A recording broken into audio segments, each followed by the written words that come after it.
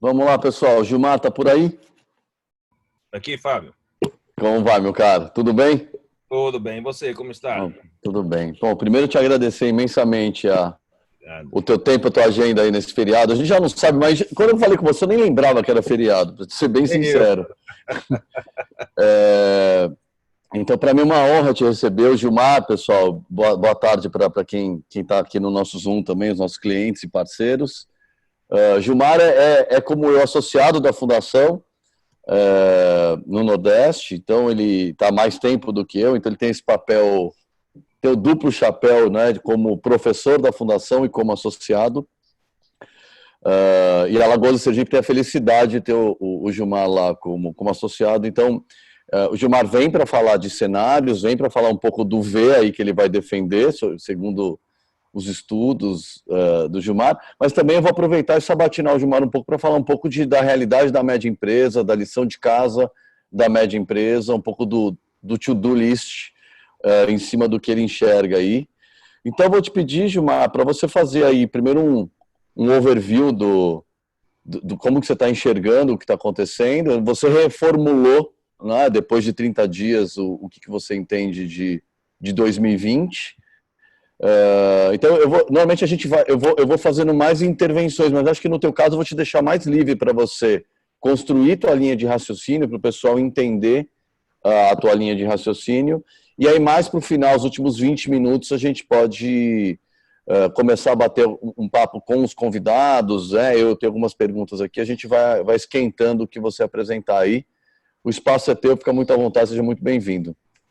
Ô, Fábio, obrigado. Boa tarde a todos. É um prazer estar aqui. Nós vamos apresentar, na verdade, são dois documentos estruturadores que nós discutimos no âmbito da Fundação Dom Cabral, com todos o nosso corpo docente e também com os nossos associados, mostrando o seguinte: no primeiro momento foi para entender o que era a crise. E agora, no segundo momento, assim, entender e estruturar a emergência. E agora, no segundo momento, é fazer a transição entre a emergência e o que está por vir. Então, são dois documentos estruturadores. Eu vou usar a apresentação mais focada no que está por vir, mas eu quero mostrar de início a perspectiva sistêmica. Quer dizer, só dá para a gente, eu coloco no documento muito claro assim, quando nós temos uma crise dessa magnitude, que todos já conhecem, já debateram profundamente, mas é preciso compreender que toda crise dessa magnitude existe uma intervenção muito forte, como a gente está vendo, do governo. E a gente está falando do governo para traduzir o Estado, porque o Estado, na verdade, é o executivo, o legislativo e o judiciário, mas nesse momento é o executivo quem toma frente, ladeado pelos outros poderes, para fazer as coisas acontecerem numa medida dessa de calamidade pública. E são muitas coisas que acontecem simultaneamente. Tanto é um desafio para o governo estruturar, como é um desafio para todos entenderem. E depois vem o desafio de operacionalizar. Então, nós estamos na fase de operacionalização e começamos a entrar na fase de construção da saída. Então, eu quero mostrar só, eu vou usar a apresentação aqui para vocês, porque o termo ambidestria significa isso. Ambidestria na ciência nossa, da gestão, é um termo que vem desde a década de 70, e a grande discussão sempre foi assim, mais na década de 80, mas a discussão sempre foi assim. Nós temos que fazer as estratégias pensando o curto, médio prazo, mas nós temos que preocupar com o longo prazo. Depois, o termo ambidestria foi atravessado por uma tecnologia digital violenta. Isso tem até um outro paper meu, chamado Sincronismo Metodológico, mostrando que agora você ainda tem que combinar, não é só o presente, o futuro, o curto, o médio e o longo prazo, mas você tem que combinar também a inserção tecnológica para poder sobreviver. Então, tem uma discussão anterior à crise. E veio a crise e atravessou de novo a ambidestria e disse o seguinte: agora eu estou aqui com outro desafio para vocês, que é um desafio que o capitalismo não conhecia, que era você, através de uma crise sanitária e epidemiológica, você fazer algo que não ocorreu no capitalismo até então, que é um choque violento de demanda. Isso a gente não tinha vivido. A gente já tinha vivido várias crises por vários motivos econômicos, mas nunca uma combinação dessa natureza. Isso explica por que nós estamos aprendendo a lidar com isso, quer seja no âmbito sanitário, quer seja no âmbito econômico. Nós estamos aprendendo a manejar um e outro e manejar conjunto, porque a saída tem que ser conjunta. Então, esse é um preâmbulo importante. Por quê? Porque quando você fala de uma crise, o que é que ela leva? três hipóteses. A primeira hipótese é uma recessão. O que é que caracteriza uma recessão? Uma economia tem PIBs decrescentes durante 2 trimestres, um semestre. Isso caracteriza uma recessão. Ou então uma depressão, quer dizer, é uma queda do PIB em torno ou a mais do que 10% no longo período. Isso é depressão. E nós estamos vivendo um meio termo aí que não é isso que nós estamos falando, mas pode levar a isso, mas é uma retração. Quer dizer, você estava com a economia normal, de repente ela retrai, tem um choque de demanda violento e você agora precisa saber como vai navegar nesse vale de retração, que é uma novidade para todo mundo, ninguém nunca viu isso acontecer, e você precisar estruturar a saída. Essa é a discussão, então. Para que a gente possa fazer essas coisas simultaneamente, esse entendimento sistêmico é fundamental. Por quê? Porque você vai fazer algumas perguntas. E a pergunta essencial que a gente tem que fazer agora é o seguinte: tudo que nós estamos fazendo no Brasil, nós estamos fazendo as coisas que devem ser feitas ou não? Ou seja, quais são os indicadores que eu devo olhar para indicar que tudo que a gente está fazendo está preservando o equilíbrio do sistema, mesmo numa crise? Por isso que eu vou apresentar, e me permitam, esse primeiro slide, que é exatamente isso.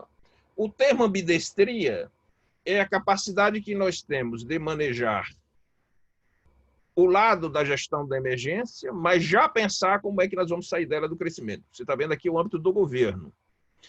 Ao líder da empresa, cabe interpretar toda essa movimentação que está existindo aqui em cima e também estruturar a emergência dentro da empresa e estruturar a saída, que é a gestão para o crescimento. Essa transição aqui é o grande desafio do momento. Então, você observa que na emergência nós temos aqui 4 temas que são essenciais para compreender. O controle epidemiológico, precisa acontecer não só o controle, mas a assistência, isso a gente já está... São muitas informações que a gente já tem disso, mas não é só isso. Nós precisamos ir para a atividade econômica, que é para permitir o acesso a algo que é mais do que relevante nesse momento do choque de demanda, que é o crédito, manter os empregos de pé. Mas não é só isso, precisamos fazer transferência também para aqueles que são os informais e os vulneráveis. Para a gente entender essa situação de emergência aqui, é que eu vou apresentar esse próximo slide. Esse próximo aqui é para a gente entender isso. Então, não vou gastar muito tempo, mas é para que a gente entenda a visão sistêmica e a gente possibilite fazer a pergunta aqui se a coisa está em equilíbrio ou não. Veja, nessa parte verde, nós estamos falando do governo, União, Estados e Municípios, que é a grande discussão do momento agora, que é esse movimento político que nós estamos vendo para poder equilibrar os entes dentro das quedas de receitas que já aconteceram. Isso nós vamos falar um pouco mais à frente. Mas os 3 se organizam com as medidas econômicas e medidas epidemiológicas. As medidas epidemiológicas, a lógica todo mundo já entendeu.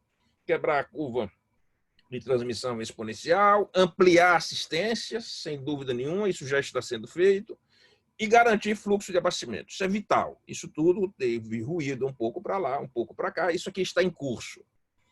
Depois eu vou só mostrar os gráficos para mostrar que isso está em uma posição de equilíbrio. Depois, se você olhar para o lado esquerdo, você vai olhar que tem uma estrutura para proteger esse movimento de cima, que é a empresa. Se você observar governo, empresa e família, nós estamos falando dos agentes econômicos. Então, a economia se movimenta com esses 3 agentes, governo, empresa e família. Então, o governo agora está agindo no provimento de créditos, no diferimento de impostos, para que a gente saia nessa transição com empresas em pé, protegendo o emprego. Esse é o movimento que está sendo feito.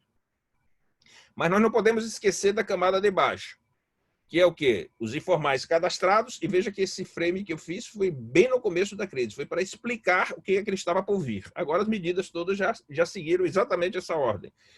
Os informais cadastrados e não cadastrados e a população vulnerável. Como é que você faz isso? Transferência direta. Isso no linguajar do governo, é você transferência direta, você tem que dar o dinheiro.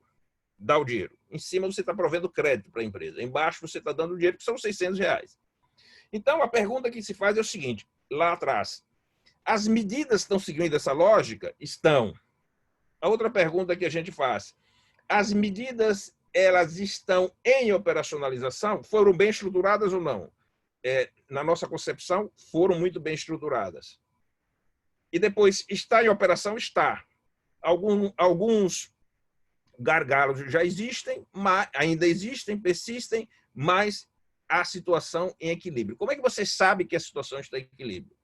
Porque no lado da epidemiologia, você vai ver que as curvas, o Brasil está aí para atingir o pico, mas você começa a ver o comportamento, porque tudo isso você tem que fazer de forma comparativa. Quando você compara com os outros países, eu vou mostrar a curva brasileira em evolução, mas abaixo dos países que tiveram os maiores problemas e acima daqueles que tiveram o contorno da crise mais rápido, como a Coreia do Sul, que é outra coisa. Assistência, sim. O sistema geral não está em colapso. Tem sistemas, por exemplo, pontuais, como o de vocês de Manaus, com maiores problemas, mas que precisam ser resolvidos. Tem ainda os sistemas do Rio de Janeiro e São Paulo, que são mais epicentros da crise e que precisam ser mais protegidos, mas quando você olha o geral, ele está no equilíbrio. O fluxo de abastecimento também. Quando você observa as empresas, observa o seguinte: no âmbito das grandes empresas, você não está vendo sinais nenhum de quebradeira de grande empresa. Isso por quê? Porque as cadeias produtivas das grandes empresas, elas já, das mais vulneráveis às menos vulneráveis, já fizeram as operações que precisavam ser feitas da primeira onda, né? Então, você pega cadeias produtivas vulneráveis, como, por exemplo, a parte de aviação. Estou falando cadeia produtiva porque não é só empresa de aviação. É a empresa, é o fabricante, que é a Embraer, mas também tem a cadeia do turismo. Então, tem uma série de atores nessas cadeias produtivas. E você está vendo que você não está observando sinais de ruptura das grandes empresas, nem nas médias, nem nas pequenas. E não está vendo sinais de ruptura, não significa dizer que não tenha problema, são sinais de ruptura grave, esgarçamento. As transferências para os vulneráveis e para os não cadastrados, que significavam um grande desafio na época que a gente escreveu esse paper, já alertando para isso, e tem sido um sucesso extraordinário. Para você ter uma ideia, a Caixa Econômica fez em 4 dias mais de 25 milhões de operações. Quer dizer, diferentemente no Brasil, nos Estados Unidos, o Federal Reserve, ele tem o poder de interferir na economia. Então, ele, por exemplo, olha pelo seu imposto de renda, você entrou naquela categoria que precisa de benefício, ele manda um cheque para a tua casa. Essa operação só conseguiu ser realizada na quinta-feira passada, nos Estados Unidos. Quando estava realizando a operação na quinta-feira passada, de segunda a quinta, a gente já tinha feito mais de 25 milhões de operações digitais. Então, isso mostra o seguinte: essa base de baixo, que é a base de atendimento da renda básica e dos vulneráveis para ampliação do Bolsa Família, ela entrou em equilíbrio. Você não está ouvindo sinais de ruptura aí. Então, isso é a primeira leitura que tem que ser feita. Se o sistema como um todo, que em pese a crise, está emitindo sinais de equilíbrio. E nós estamos mostrando que sim. Os dados, se você perceber, andam assim.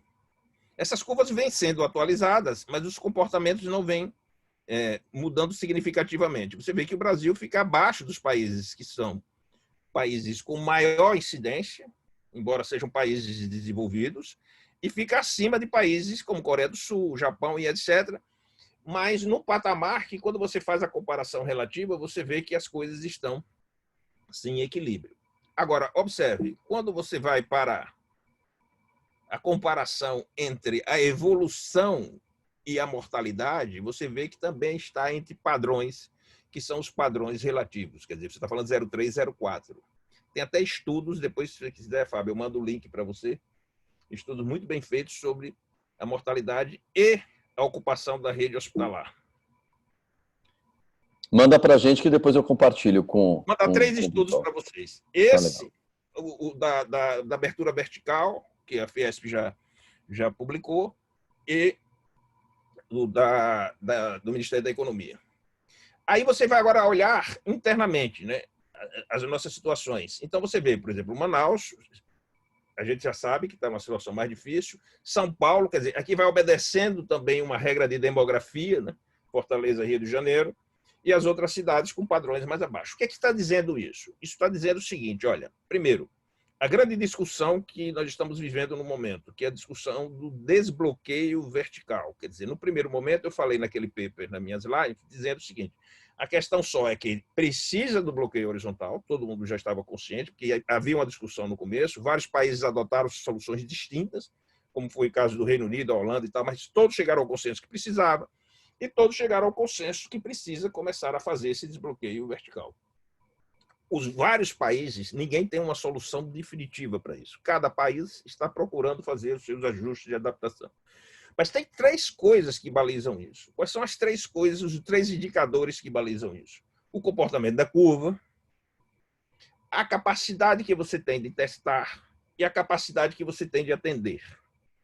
Desses três fatores, nós temos uma fragilidade, que é a capacidade de testar, que é isso que o novo ministro está dando uma ênfase muito grande para esse fator, que é para que, com esses três fatores, a gente sabe que as soluções não são iguais, elas são distintas por localidade e ela é distinta por setor. Então, a gente sabe que esses três fatores variam de acordo com a localidade e depois o destravamento tem que ser observado com características de setor. Isso eu já dizia lá na primeira abordagem que eu fiz e é exatamente o que está sucedendo agora, com vários estados já providenciando esses desbloqueios verticais. Muito bem. Então, como é que nós alcançamos essa posição? Observe. O índice de isolamento, para a gente ter uma ideia geral, é esse aí. Quer dizer, o Brasil, a confusão que estava na semana passada, na semana retrasada, sobretudo na semana passada, com São Paulo, é porque você está vendo que ele estava na curva lá de cima, com um bloqueio vertical de 49,6, o que significa dizer que precisava de um aperto maior para as coisas chegarem naquela posição que era uma posição mais desejável. Mas você vê que o comportamento daquelas curvas foram alcançados com esses níveis de bloqueio, o que significa dizer que a funcionalidade, na verdade, foi boa. Quer dizer, ele funciona. O que nós queremos mostrar agora é a discussão que está por vir, quer dizer, que já está acontecendo das coisas que estão por vir. Esse vale de retração econômica, ele nos autoriza a pensar numa saída em V ou não. Quais são as possibilidades? Vocês já receberam vários papers aí, está desde o primeiro paper meu lá, que são as três possibilidades. Você sai em V, você sai em U ou você sai em L. Em V, sai com níveis de recuperação. Em U, você sai com a recuperação mais lenta. Em L, você sai numa recuperação, você não recupera e você tem uma perda perpétua desse momento.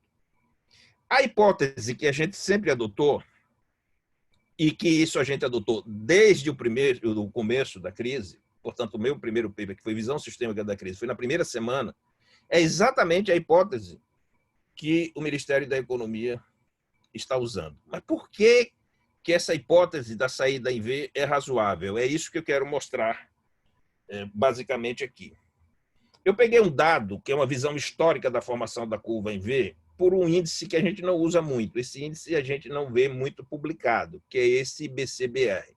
Isso é um índice que o Banco Central usa para calcular a tendência do PIB. Para você ter uma ideia, o PIB ele é publicado trimestralmente, ele é consolidado anualmente.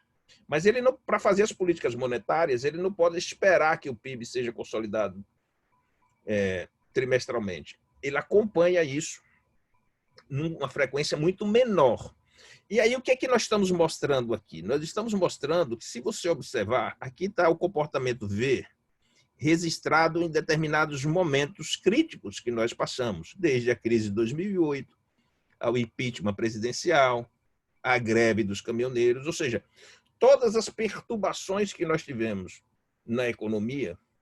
Então, você está vendo que o comportamento do IV é um comportamento que ele aparece com clareza. Isso é muito importante, porque embora a crise, as crises não são iguais, mas você começa a observar o comportamento da economia diante de crises distintas que dão aberturas ou fechamentos de vez distintos, como você está vendo aí. Uma coisa é a crise de 2008, outra coisa foi a crise com o impeachment, que foi mais longa, uma abertura de vez mais longa, outra coisa é a crise que a gente teve de abastecimento com os caminhoneiros, que é um V muito mais curto. Mas o que eu quero defender aqui é o formato do V. É disso que nós estamos falando agora. E aí, você começa a observar, muito importante também, uma observação seguinte. Para onde que a gente tem que olhar?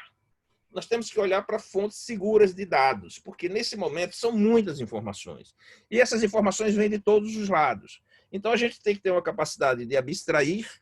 Para olhar a informação, não significa dizer que, nesse momento, é muito difícil, porque não tem modelos econométricos que consigam fazer previsões e predições num momento como esse. O que você tem são modelos funcionando para nos dar tendência de comportamento. E isso é importante entender. Por quê? Porque entendendo a tendência do comportamento, a gente começa a calibrar melhor as nossas decisões. Mas, por exemplo, qualquer modelo que você for observar hoje que está dizendo que vai ser assim, não é verdade. Ele está dando a tendência do que poderá ser.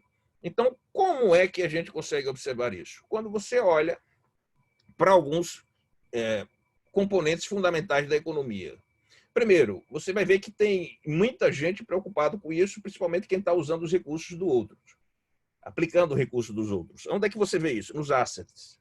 Então, no sistema financeiro que mexe com assets. Então, isso é uma informação boa. Qual é a outra outra fonte de informação que a gente tem? Os mecanismos multilaterais, Banco Mundial, FMI. Por quê? Porque tem uma responsabilidade muito forte com aquilo que está publicando. E você vê que há possibilidade de erro, mas dentro de uma tendência que é bem razoável daquilo que foi estudado.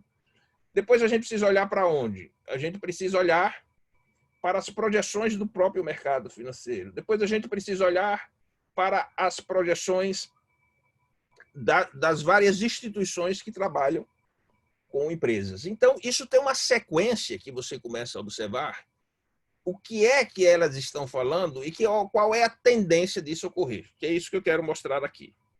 Observe. Aqui é o Banco Central, sim, e sobretudo os bancos centrais, porque isso tem uma responsabilidade muito grande.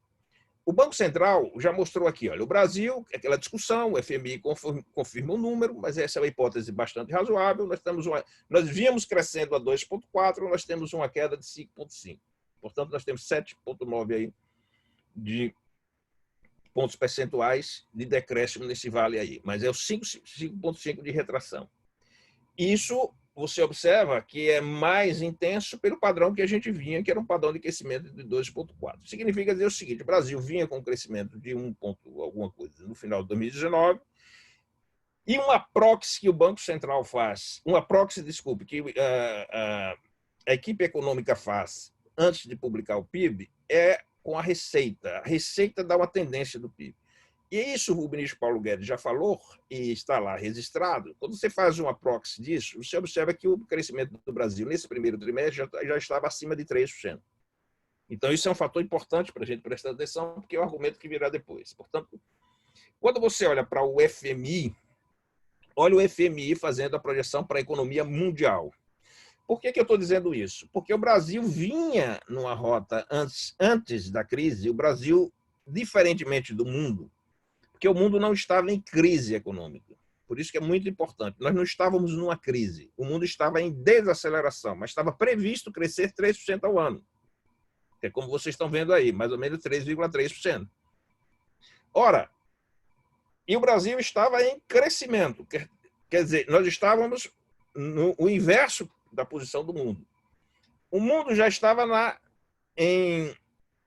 e você vai ver pelos indicadores das taxas de juros negativas, estava em desaceleração. E você vê que para um mundo que estava em desaceleração, o FMI projeta um retorno em V. Isso é muito importante para basear o que nós queremos ver do Brasil. Um mundo em desaceleração, embora com projeção de crescimento de 3,3, projetando o retorno em V. Vai ser assim, não vai ser assim? Pode não ser assim. Pode ser assim, mas esse tipo de previsão é um tipo de previsão que costuma variar, mas não costuma ter o erro absoluto. Então, veja mais aqui. Olha as principais economias. Agora vamos ver as principais economias. E aí você observa. A China, a gente sabe que o decréscimo da China é uma coisa importante, eu vou falar disso, sobre a questão da vinculação brasileira. Os Estados Unidos também, que é importante para a questão das exportações brasileiras. Aí está o mundo, e você está vendo que esse também, de novo, é o estatista usando a projeção do FMI. Significa dizer que é exatamente assim? Não. Isso é a tendência do que pode vir a ser.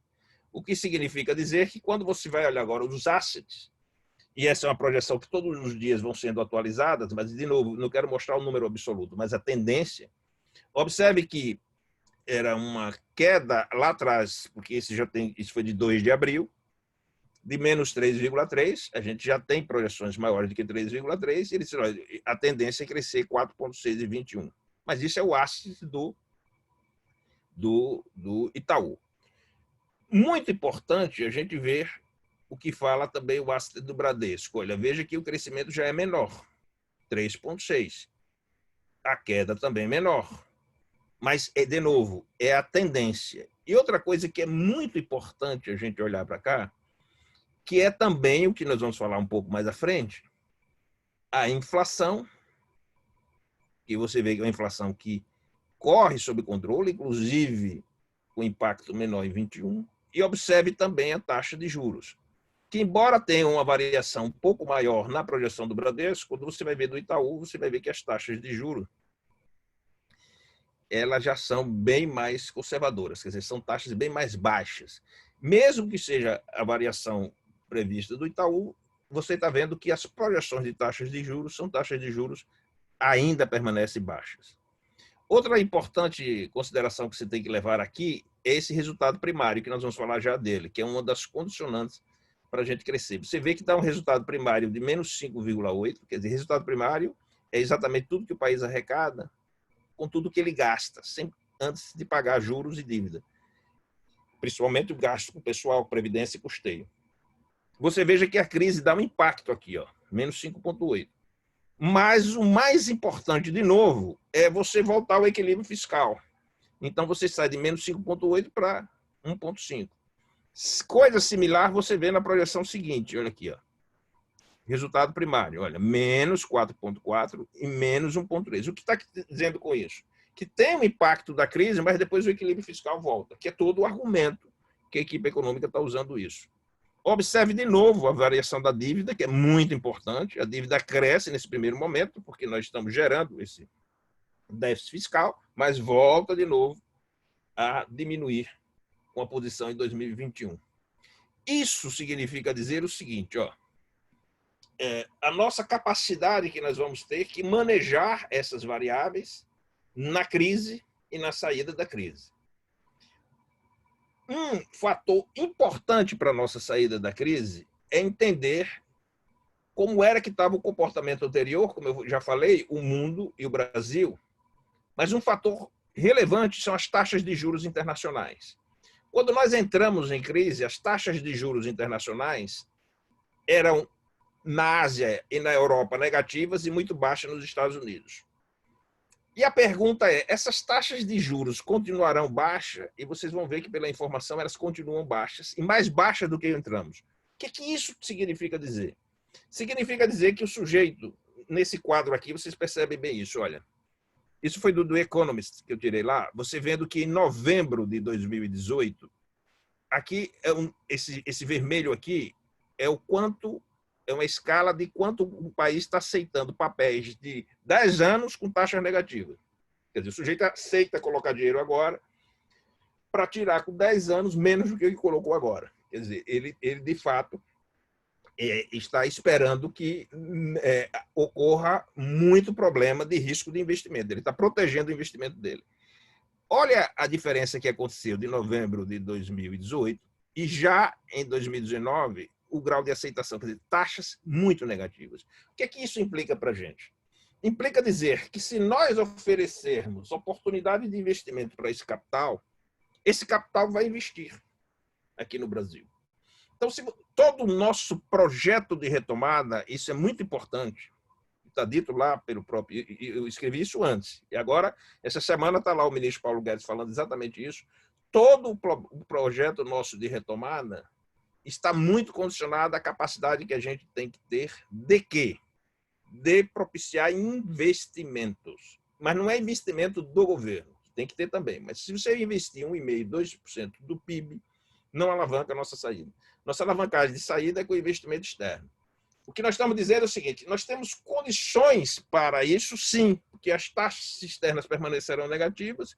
E um ponto muito importante, nós, no Brasil, apresentamos projetos muito atrativos para que isso possa ocorrer.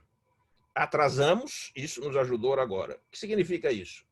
Temos trâmites que podem ser muito rápidos no Congresso, por isso que a gente precisa da agilidade nessa saída, a equipe econômica está absolutamente correta, nas áreas de saneamento, energia, cabotagem, nas áreas de petróleo e gás. Portanto, nós temos uma pleiade de projetos que, para você ter uma ideia, são projetos que apresentam taxas de retorno, e você começa a observar a taxa de retorno de 10%, quando você observa que o sujeito está com taxas negativas externas, e você tem projetos cuja base de partida está apresentando a taxa externa de retorno de 10%, o que é que estava impedindo desse recurso vir para aqui? Regulação. E onde é que está isso? Já tramitado no Congresso, já absolutamente aprovado pelas câmaras técnicas, e que só precisa entrar agora em aprovação direta pelo Parlamento. O que significa dizer, nos dá uma possibilidade extraordinária para que isso possa acontecer. E a equipe econômica está absolutamente correta, quer dizer, esse é o grande fator de alavancagem nosso. Observe que isso foi um estudo que eu trouxe, que mostra um estudo do Federal Reserve, junto com a Universidade da Califórnia. Quando a gente sai de crises de pandemia, as taxas de juros saem mais deterioradas, mais baixas do que quando a gente sai em guerra. Então, isso está só para confirmar que se as taxas de juros eram negativas no saída da entrada da crise, elas vão permanecer negativas. Qual é o outro fator de alavancagem? Taxas de juros Selic interna. Vocês viram as variações. Quem mais fez uma variação mais agressiva foi 5%. Mas vocês estão vendo aí uma taxa de 3,75%. Quer dizer, ela baixa mais agora e vocês estão vendo a tendência. Quer dizer, essas taxas não, elas continuarão baixas. E que o que isso implica dizer? Que o dinheiro tem que sair da renda fixa para a renda variável. Em outras palavras, o dinheiro tem que sair da aplicação para entrar na atividade produtiva. Isso já estava ocorrendo. Por exemplo, a gente já vinha trabalhando com vários fundos. Como é que isso acontece? Só para a gente entender. O melhor dos mundos, que esse dinheiro sai e vai direto para o mercado de capitais, que investe direto nas empresas, ou comprando debênture ou comprando as ações das empresas. Mas isso a gente sabe que o mercado de capitais do Brasil ainda é uma fase de evolução. Agora, nós temos outros mecanismos poderosos. Os fundos. Fundos de investimentos imobiliários se movimentam muito nessa direção, que é para construir ativos e avançar mais no varejo. Os FDICs, que lastreiam todas, que são os fundos de investimento de direito creditório, que lastreiam todas as operações de crédito, como, por exemplo, as fintechs. Esses geram um movimento. Os fundos de private equity para as nossas empresas médias. Eu mesmo estava com conversa com vários fundos, para vários clientes nossos, quer dizer, ajudando os nossos clientes, não era trabalhando para fundo, isso é nosso papel, né? Ajudar os nossos clientes a entenderem o que é a proposta que o sujeito está dando. Tinham vários já nessa direção. E quando a gente sair da crise, as taxas ainda serão taxas baixas e este movimento retornará. Então, nós estamos juntando aqui dois movimentos. Um fluxo de capital que vai sair do mercado de renda fixa para o mercado de renda variável e um fundo de capital que vai fugir das taxas negativas para vir para taxas mais atrativas dos projetos, que são projetos que nós temos. Aqui é só para a gente entender, de novo, o que é a tendência. Resultado primário, que é um outro ponto fundamental, eu estou falando de pontos que são essenciais. Primeiro, que confirmam uma saída em V. Recapitulando. Primeiro, que o Brasil estava em rito de crescimento, enquanto o mundo estava desacelerando. Segundo, as taxas internacionais negativas continuarão negativas. As taxas de juros internas baixas continuarão baixas. Qual é o outro ponto fundamental? Sim, e outro ponto, portfólio de projetos que sejam atrativos, nós temos. Precisamos acelerar só a saída da regulação no Congresso. Qual é o outro ponto fundamental para quem olhar de fora perceber que isso está um ambiente de negócio que seja favorável para o investimento? A capacidade que você tem de quantificar essa retração, isso já está quantificado, isso vai nos custar entre 4,5% e 5% do PIB. E a pergunta é assim, como que vocês vão pagar isso? Essa é a pergunta que fica. Quer dizer, nós temos mecanismo para pagar isso, mas não é só pagar. Nós temos que ter mecanismos e voltar o rigor do equilíbrio fiscal. Então, vocês estão vendo que nós vamos ter, não é 3,1, pode ser 3,5, 3,9, não interessa, nós vamos ter uma queda aqui do resultado primário. Nós vínhamos com 0,9, vamos cair para um resultado primário ruim por causa da crise, mas observe, o mais importante que o investidor vê é isso aqui, é a sua capacidade de voltar ao equilíbrio fiscal.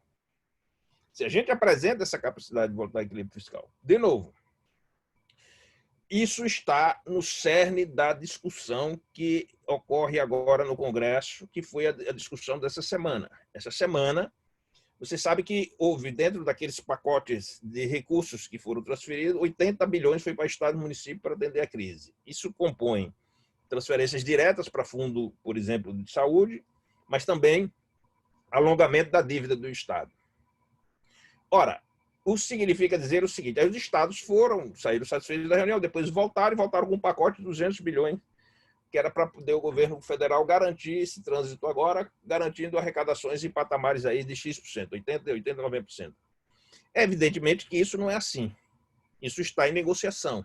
Por quê? Porque para o Estado, para a União subir esse aporte de recursos, tem que exigir contrapartida para esse equilíbrio fiscal, resultado primário, ser mais favorável. Quais são as três contas de um resultado primário? Observe. O Estado tem a receita e as três principais contas que influenciam fundamentalmente é gasto de pessoal, que aqui é onde ele está pedindo um compromisso dos estados agora. Olha, eu vou até aumentar o valor, mas vocês precisam me dar o compromisso que não vão aumentar salário durante 2 anos, que isso vai ficar sob controle. O gasto da Previdência, que nós já fizemos a reforma, e, sobretudo, a dívida, que a gente vem abatendo o valor da dívida ao longo do tempo e diminuindo essa dívida. Vai aumentar um pouco agora, por conta da crise, mas volta ao equilíbrio fiscal. Então, você observa que as três contas que impactam a União e os estados é custo com pessoal, previdência e dívida. E temos que atacar os três. São os três pilares que têm que ser atacados para mostrar ao investidor que nós estamos em condição de equilíbrio. Previdência já foi, o pessoal agora tem que ir nessa repactuação, por isso que eu mostro essa repactuação do Pacto Federativo, que é muito importante, que leva em consideração todos esses fatores, não vou ficar detalhando aqui, porque a gente não tem tempo, mas a PEC emergencial é como se você estivesse tirando um pedaço do Pacto Federativo e antecipando para esse ano para fazer o que precisa ser feito emergencialmente. E aí a gente transitar com a situação mais favorável. Se a gente, observe bem, se a gente acelera a regulação daquelas áreas que eu falei, de saneamento, energia, etc., que isso é rápido e já está exaustivamente estudado pelas equipes técnicas do Ministério da Economia e do Parlamento e do Congresso. E se a gente acelera a repactuação, não precisa ser a repactuação federativa total, mas o pacto emergencial e a reforma da Previdência, nós, de fato, estamos com todos os fatores de alavancagem postos para fazer uma alavancagem da saída em V. E aí, é muito importante, então, olha os fatores, recapitulando o que eu coloquei, que isso está, inclusive, no discurso da equipe econômica, embora a gente já tenha colocado há algum tempo. Crescimento anterior antes da crise, taxas de juros internacionais baixas, negativas, taxas de juros internas baixas, voltar ao equilíbrio fiscal, apresentar projetos que sejam críveis e que sejam capazes de dar o retorno ao capital nessas áreas que são fundamentais de infraestrutura, sobretudo. Então, isso são as condições que explicam essa saída em V. São todas elas críveis. Isso não tem nada que é imaginado, é tudo que já existe, é tudo que já está lá, é tudo que já está transitado e que precisa acelerar. Agora, nós precisamos fazer, no âmbito das empresas, o nosso dever de casa. O primeiro dever de casa que nós fizemos, e aí falando da bidestria agora nas nossas empresas. O primeiro dever de casa foi emergência. Nós tivemos que contrair recursos para quê? Para o capital de giro, e dentro do capital de giro, a principal conta que estava lá era a conta a pagar. Precisávamos, e isso fizemos com todas as empresas, manejar bem o que significa pagar fornecedor, classificar fornecedor. E eu sempre digo o seguinte: imagina, o sujeito vai enfrentar uma crise dessa, se ele disser, vou suspender os pedidos, não vou pagar fornecedor e vou demitir funcionário, não precisa de gestor, né? Não é disso que nós estamos falando. Nós estamos falando do sujeito que é capaz de olhar todas as medidas que estão sendo tomadas, combinar tudo isso e desenhar a melhor saída. Aproveitando o quê? Os créditos para fazer o reforço do capital do giro e preservar, nesse momento, sua cadeia de suprimento dos fornecedores, portanto, tem que tratar fornecedor daqueles que são mais líquido, menos líquido, com maior recurso, com menor recurso, para fazer os diferimentos que forem possíveis, fazer as operações de crédito, que eu falo que são 4 possíveis. A operação de crédito que você faz casado para poder fazer pagamento da folha, casado para pagar fornecedor, ou para capital de giro livre, ou contas garantidas. São as 4 que a gente pede para os nossos clientes estruturarem. Para as operações de crédito, eu quero fazer uma observação que eu já fiz nesse último documento. Isso precisa ser mais intensificado. Como? Veja, se você observar, vamos pegar o exemplo crédito para a folha. Como é que isso está sendo mais fluido? Porque o governo, ele, através de um chamado Fundo Garantidor de Investimentos, porque, veja, quando tem a crise, o banco olha para tudo isso e diz o seguinte, olha, tem risco alto, ele sobe a taxa. Mas tem certeza, eu não sei o que vai acontecer, ele bloqueia a operação. E foi isso que aconteceu. Como é que você desbloqueia isso? Quando o governo estruturou esse fundo garantidor, dizendo o seguinte, a gente sabe que tem risco, a gente está assumindo a parte do risco, que é exatamente o que está acontecendo com essa operação para a Folha, o governo assume 85% do risco e deixa 15% com o banco. O que é que você faz com isso? Cai as taxas. Depois essa operação foi montada e deu muito resultado para empresas de 300 mil a 10 milhões. E o que é que tem que se fazer agora, que está o estudo dessa semana? Subir a régua para empresas de 300 milhões. Isso vem uma observação muito importante para nós aí, hein? Como é que isso é feito? E a gente põe isso lá no paper, e o ministro da Economia já falou disso. Você tem que injetar recursos fiscais. Recursos fiscais são esses recursos nossos, recursos do orçamento, recursos da União, recurso nosso, da população. Você tem que injetar recursos fiscais no fundo garantidor. E entrar com essa mesma contrapartida de 85%, para baixar a taxa de juros na horizontal, para dar mais fluidez na horizontal e dar mais alcance na vertical para empresas de 300 e 500 milhões de faturamento. Ora, isso é o grande desafio e observem que está sendo estruturado para acontecer essa semana. O que significa dizer que precisamos ficar mais perto dos bancos, porque mais movimento bancário de crédito ainda acontecerá com mais intensidade. Isso é possível porque foi exatamente essa operação que o BNDES fez na época para emprestar dinheiro a Cuba e emprestar dinheiro à Venezuela, que já deram calote e a gente já pagou parte da dívida. Portanto, se isso foi feito para fazer esse tipo de operação, é legítimo que ele seja feito para as empresas brasileiras e para os empregos brasileiros. Gilmar, então, Oi. Te interromper rapidinho. Como que está sendo a tua experiência com os seus clientes no Nordeste com relação à captação de recursos, né? Com a gente, com a nossa carteira, o que a gente percebe é quem já tem uma prática e um relacionamento fluiu, né? Aí eu não vou entrar nos pormenores, né? Agora, quem está na fase cadastral e aí vinha com a prática do capital próprio, ainda esbarra na burocracia. Você acredita que o Fundo Garantidor, né, o ministro da Economia, cacifando mais isso, e você recomenda que os clientes continuem perto dos bancos, ter andamento na parte burocrática, processual, porque provavelmente deve vir coisas melhores aí pela frente, né? Fábio, é exatamente o que a gente está orientando. Para ser bem prático, o que a gente está orientando? Primeiro é o seguinte, que é uma coisa importante. Não fica só com o banco que você tem relacionamento. Você tem que entrar no banco do BNDES e, através do BNDES, você já pode fazer. Não, você não faz a operação, mas você já faz a habilitação. Isso é muito importante. O BNDES, ele publica, ele não forma a taxa final, mas ele publica a taxa que as operações, e nas suas diversas operações, estão ocorrendo na sua região. Então, o que é que a gente está sugerindo? Olha, encosta para você saber tudo que o BNDES está fazendo e tudo que o BNDES está publicando todos os dias.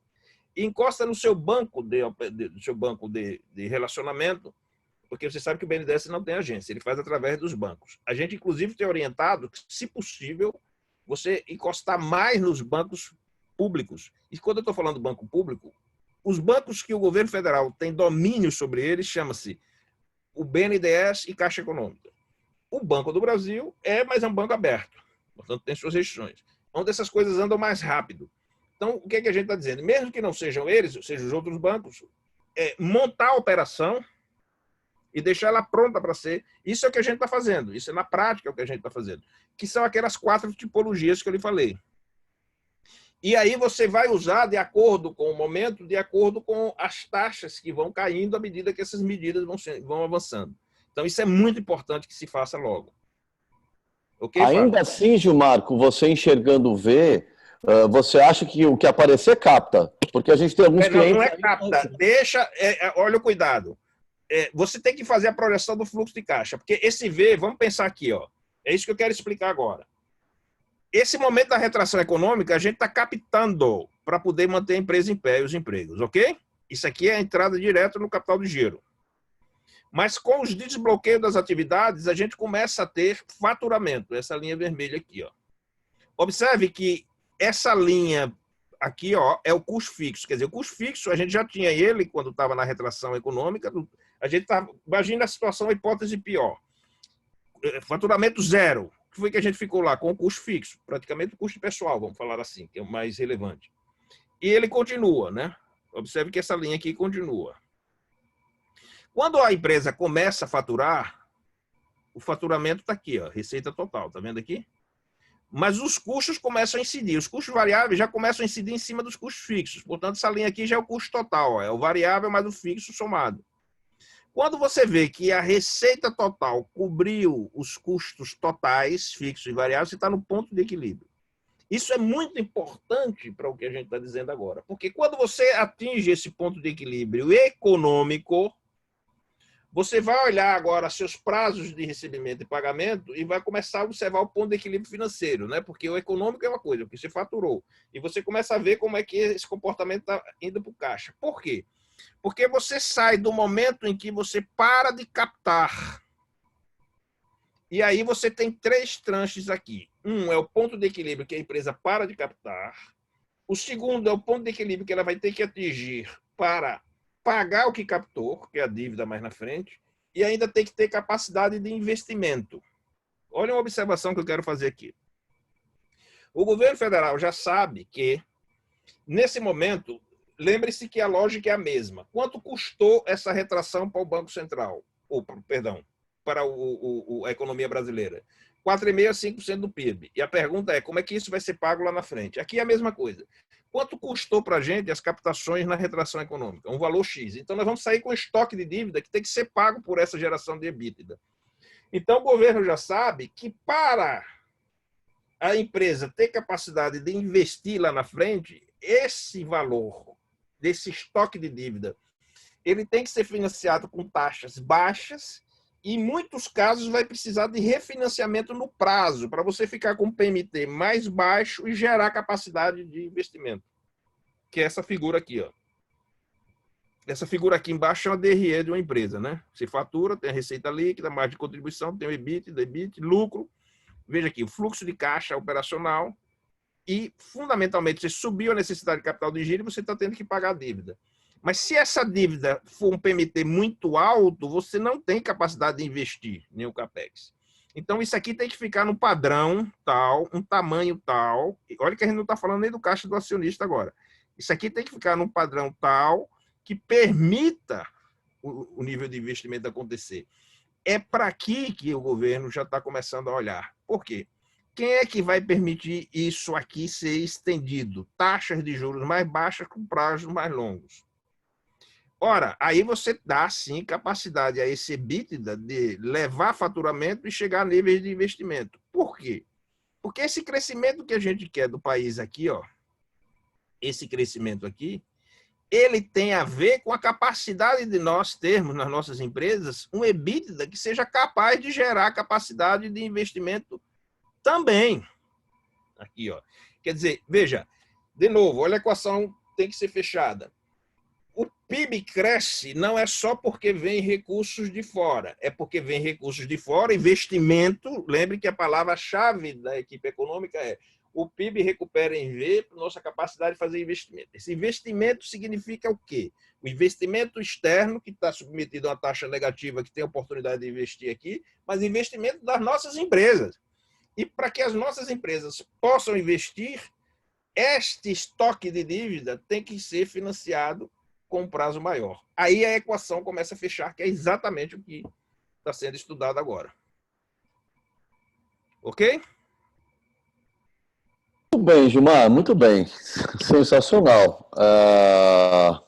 Eu acho que você conseguiu fundamentar muito bem o V, né? Seja por comportamentos de dívidas de crises anteriores, seja pelo que tem de cenário, né? A gente vinha acelerando, Isso. e isso faz uma diferença, e o mundo vai precisar colocar dinheiro em algum lugar, e a gente pode ser pode ser um imã para isso, por conta que tem tudo por se fazer aqui, infraestrutura e por aí vai.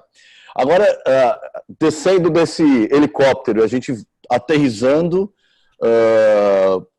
para a mesa de decisões, para o cockpit de decisões dos nossos presidentes e empresários aí. Considerando esse teu contexto, né? O que você... Vamos tentar classificar por indústria, serviço... Primário a gente não tem muita coisa, a gente não tem muito na área primária, temos um ou outro, né?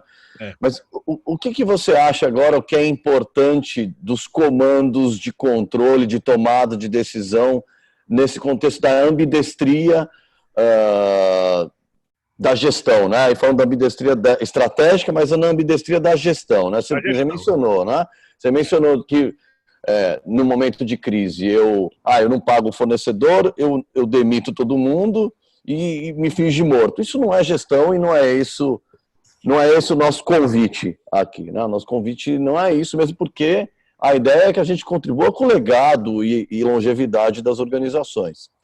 O que você pode ressaltar, e contando um pouco de histórias reais que você tem da tua carteira de clientes, do que as empresas têm feito, você tem encomendado com elas aí daí para frente, de acordo com alguns setores que você atende. Eu acho que é interessante, o cliente gosta muito de histórias reais, né, para ilustrar isso, né? Então, se você puder falar um pouco no segmento industrial, no segmento no varejo, o que você tem recomendado para os seus clientes e o que você entende que pode ser histórias reais. Vamos trazer um pouco de storytelling aí, para que isso fique mais forte, né, ilustrativo para os nossos clientes.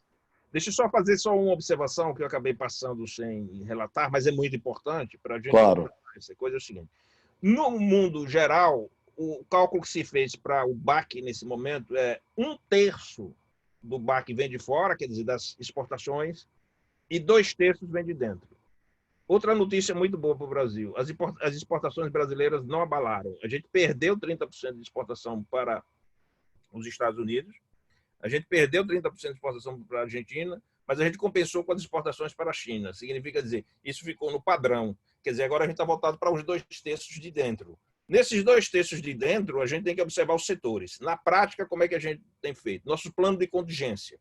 Primeiro, saber operar muito bem essas linhas de crédito e estar atualizado todo o tempo, porque essas modificações são feitas dia a dia. É armar as operações e com que propósito? A essa altura, no plano emergencial, a gente já soube classificar fornecedor, portanto, o fornecedor que aguenta diferimento, o fornecedor que ele parcialmente pode ser diferido, e tem fornecedor que não aguenta ter diferimento, e a gente sabe tratar isso. Por quê? Porque as linhas de crédito têm que ir nessa... A linha de crédito vai em duas direções, a do fornecedor e do capital nosso, recursos humanos. Porque a gente tem que sair do outro lado preservando nossa cadeia de suprimento, nossas parcerias e preservando o clima organizacional. Se a gente fez isso, a gente manejou a emergência com competência, né? Concorda comigo? Então, todo o nosso plano emergencial tem dois propósitos: manter íntegra a cadeia de fornecedor, quer dizer, você não ficar no mercado com a condição tal que perdeu o elo de parceria e, inclusive, não consegue mais prazos para poder fazer o prazo de pagamento no capital de giro, e o seu pessoal. Agora, na hora que manejou bem isso, inclusive com as legislações todas trabalhistas e etc, etc, etc. Para a gente pensar a retomada, os nossos planos de emergência, na indústria, por exemplo, a melhor posição da indústria, que eu já vi aqui, e já vi de outros, eu atendo muito empresa em São Paulo, atendo muito direto, né, Sim. de administração e etc, etc. Mas você tem, por exemplo, a posição de 30% de realização de faturamento, queda de 70%. Isso é uma posição... Se uma indústria hoje preservou 30% do faturamento, ela já está numa posição média bem razoável. O que significa dizer, o plano, então, ele tem uma correlação de você fazer a recuperação de 30 para 50, para 70 e para 100, que é isso que nós temos que fazer, essa cadeia aqui, que tem a ver com aquele ponto de equilíbrio, né? Aquela inclinação do faturamento. A escala é mais ou menos essa, 30, 50, 70, 100, obedecendo o quê? Os setores que você está vendo de destravamento vertical. Eu vou dar o exemplo do que a gente fez hoje, não vou dizer a empresa, mas o que a gente fez hoje na indústria têxtil, que produz fio. A gente produzia mais fio para camisas, para roupa, é o fio mais fino, para você entender. O que fez no mercado? Teve que redirecionar para produzir um fio mais grosso, porque é fio de estoparia, é fio para pessoas que estão ficando em casa, então você gasta mais pano de chão, você gasta mais toalha, você gasta mais isso, você gasta mais aquilo. Então você tem que observar o setor e olhar aquele que está demandando logo de saída para encaixar seu plano comercial. É isso que eu estou dizendo. Isso dá trabalho, tem que ter capacidade de observação. Isso nós fizemos isso, revisamos hoje, que está seguindo rigorosamente como a gente tinha previsto. Que é o que a gente vem chamando aí de comitê de oportunidades, de atrelar logo, né? Encaixar o de crise, quer dizer, você sustenta o de crise, mas você acopla ele o de oportunidades e aí olha cliente, mercado e trabalha fortemente isso, né? Por quê? Porque o destravamento da economia, ela não é igual por região, nem é igual por setor. Então eu tenho que fazer essa combinação, eu tenho que saber a região que melhor destravou, vendo qual foi o setor que está mais saindo na frente. Por exemplo, a gente já sabe, por exemplo, que o setor, e a gente tem clientes nossos de hotelaria, nossos clientes de hotelaria, nosso time de reentrada no mercado é outubro, não tem conversa. Não tem chance, não adianta você fazer um plano querer dizer que a ocupação vai ser não sei quanto em junho e julho, não vai. Então o plano de contingência é muito mais longo, é diferente para uma indústria que você está trabalhando já com um descontingenciamento já no primeiro movimento. E aí, nesse contexto, o meu comportamento no processo de captação de recursos, ele é mais agressivo, ele é mais abrangente, por aí vai. Claro. É um processo mais agressivo, é um processo mais distendido, é um processo mais longo. Então, por isso que eu digo, agora que exige de nós essa capacidade de fazer isso. O varejo, por exemplo, a gente fez o varejo algo dessa natureza. A gente fez, por exemplo, até uma queda mais brusca, em torno de 25%, evidentemente que não é um varejo de um lugar só, porque se você tiver um varejo, por exemplo, em Manaus e bloqueou Manaus, bloqueou, é 100%. Né? É diferente de uma rede que tem em várias cidades e cada cidade com sua característica de abrir e fechar, porque aí vem um manejo dinâmico de novo. Então, o que é que nós estamos dizendo? Ele tem um plano de destravamento, mas depende se você tiver, por exemplo, no varejo de materiais de construção, o plano é mais acelerado. Se você tiver no varejo de alimentação, vai ser mais demorado. Se você tiver no varejo de confecção e se for moda, vai ser mais demorado. Então, cada a gente tem que saber ler, acompanhar a dinâmica do mercado e produzir o plano e seguir. E, Gilmar, uma outra pergunta. A questão da criticidade da pandemia, da capacidade de atender, de leitos e por aí vai. Por exemplo, você pega um estado como lá, Mato Grosso do Sul, eu olhei, tem pouquíssimos casos. Isso tem uma correlação também de comportamento, né? Quer dizer, eu tenho que analisar também o cenário econômico, o meu setor, mas eu tenho que olhar o que está acontecendo também no meu sistema de saúde da cidade. Falou muito bem. Então, lembra aquelas 3 variáveis que eu falei para você, que o Ministério da Saúde deu uma informação muito importante para nós. Em qualquer lugar do mundo, você vai usar 3 variáveis. A curva epidemiológica, se ela já está fazendo o giro da exponencialidade para reversão. A curva epidemiológica é, no momento que ela sai da comportamento linear para o exponencial, para você achatar e o sistema de saúde comportar. E a segunda grande observação da evolução é quando ela começa a fazer a inflexão. Então, esse é o movimento que tem que ser observado. Casado com o quê? Casado com a ocupação dos leitos à disposição. Porque se você pega, como vários que a gente tem, várias cidades, que a curva epidemiológica já começou a infletir, e você usa menos de 50% da capacidade instalada de atendimento dos leitos, já estão destravando. Várias cidades já estão destravando atividades. Mas nós temos várias mesmo. E essa semana nós tivemos mais acelerado e até São Paulo já anunciou que vai fazer o destravamento, que é o que está mais no epicentro. Amanhã São Paulo deve anunciar alguma medida. Então, gente, agora é hora de fazer esse controle assim, muito próximo, do mesmo jeito que a gente está fazendo o controle muito próximo com os bancos, é fazer o controle muito próximo agora dos mercados, entender cada cidade, qual é o comportamento de cada setor, porque isso é que vai alimentando aquela curva nossa, sabe, Fábio? E essa capacidade de manejar essa curva é que vai dar a capacidade de saída nossa. Agora, uma discussão que não tem mais é o seguinte, está desbloqueando, não tem conversa. Isso já está no mundo todo. Olha, não sei se você tem aí o protocolo da Fiesp, se não tiver, eu vou mandar para você. E eles fizeram muito bem feito, que inclusive eles compararam o destravamento que está acontecendo nos países e depois eles fazem uma sugestão para o Brasil. E até muito bacana, muito interessante. Que é mais ou menos o que está seguindo São Paulo, viu? Então é bom tê-lo, porque é um guia. Porque se você está vendo que São Paulo já está seguindo assim, é porque é muito provável que os outros vão seguir coisa parecida. Eu até vou mandar para você. Assim que acabar, tem 3 que eu vou mandar para você. É esse da Fiesp, é esse do comportamento das ocupações. Tem um estudo muito bacana mostrando esse daí que a gente falou agora, dos 50% das ocupações, em que ponto está. E o outro que são as medidas econômicas tomadas pelo governo. E eu ainda faço uma observação. Todos os dias acessem o site, o YouTube, o site do BNDES, porque todos os dias as medidas estão saindo e eles estão alterando as composições das taxas e flexibilizando de novo. Veja, é um fluxo horizontal, por quê? Porque ele entra com 85% do risco e com isso diminui o risco dos bancos, que assume 15% na horizontal. E depois o que ele tem que fazer? Subir na vertical. Tem que alcançar empresas, por exemplo, de 500 milhões. É o que está acontecendo agora com o Shopping Center. Os Shopping Centers, eles já estão apresentando, você vê setores que já começaram a apresentar problemas que precisam ter acesso a esses recursos. Você quer ver um setor que, diferentemente do que as pessoas pensam, tem que ter acesso a isso, que já está se movimentando para isso, o setor de saúde privado. As pessoas pensam que os hospitais estão ganhando dinheiro. Não estão. Os hospitais estão sofrendo, né? Estão sofrendo.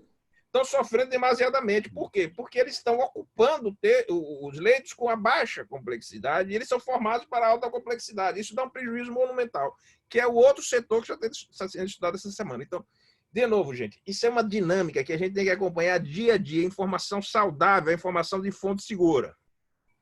Não adianta ficar ouvir dizer. É lá que a coisa vai acontecer. Gilmar, eu vou abusar, vou me permitir estourar 10 minutinhos do nosso tempo aqui. Tem uma pergunta aqui do Alexandre. E, se você não souber responder, eu acho que eu me arrisco aqui. Ele está perguntando sobre a questão da Zona Franca, né?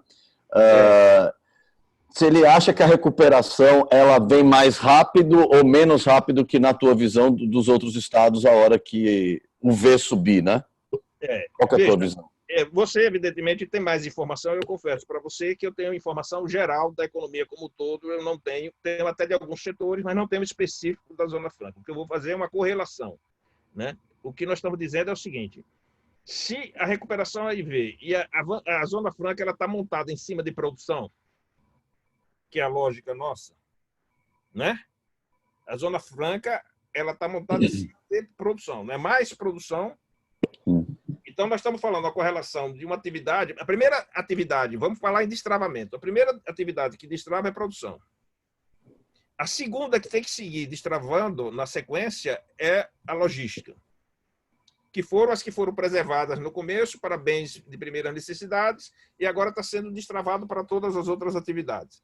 Mas só que quando você destrava a produção, você tem que olhar o destravamento do comércio, do varejo, para entender a conexão que você vai fazer entre seu sistema produtivo e a demanda na ponta, quer dizer, os pedidos. Quer dizer, porque a indústria ela trabalha com isso, né? Ela trabalha com os pedidos, né? Não é assim? Sim. A minha visão, Gilmar, de experiências de crises que eu venho passando desde 2002 em Manaus, que é quando eu comecei a empreender, é que o polo industrial, quando tem uma crise de demanda, ele para antes. Então, o varejo ainda estocado avisa, para. Então, Manaus é onde sente primeiro. Mas na medida que começa a sinalizar algum ânimo, precisa de produção, volta primeiro. Né? Então é isso que eu percebo. A gente cai primeiro em Manaus e volta primeiro quando tem ânimo de consumo. Por isso que eu estou dizendo, essa lógica é para quem produz. Isso. Era para todo o sistema de produção. Porque a primeira coisa que o sujeito faz, o que é? O varejo, que é a primeira coisa que ele faz? Suspende o pedido.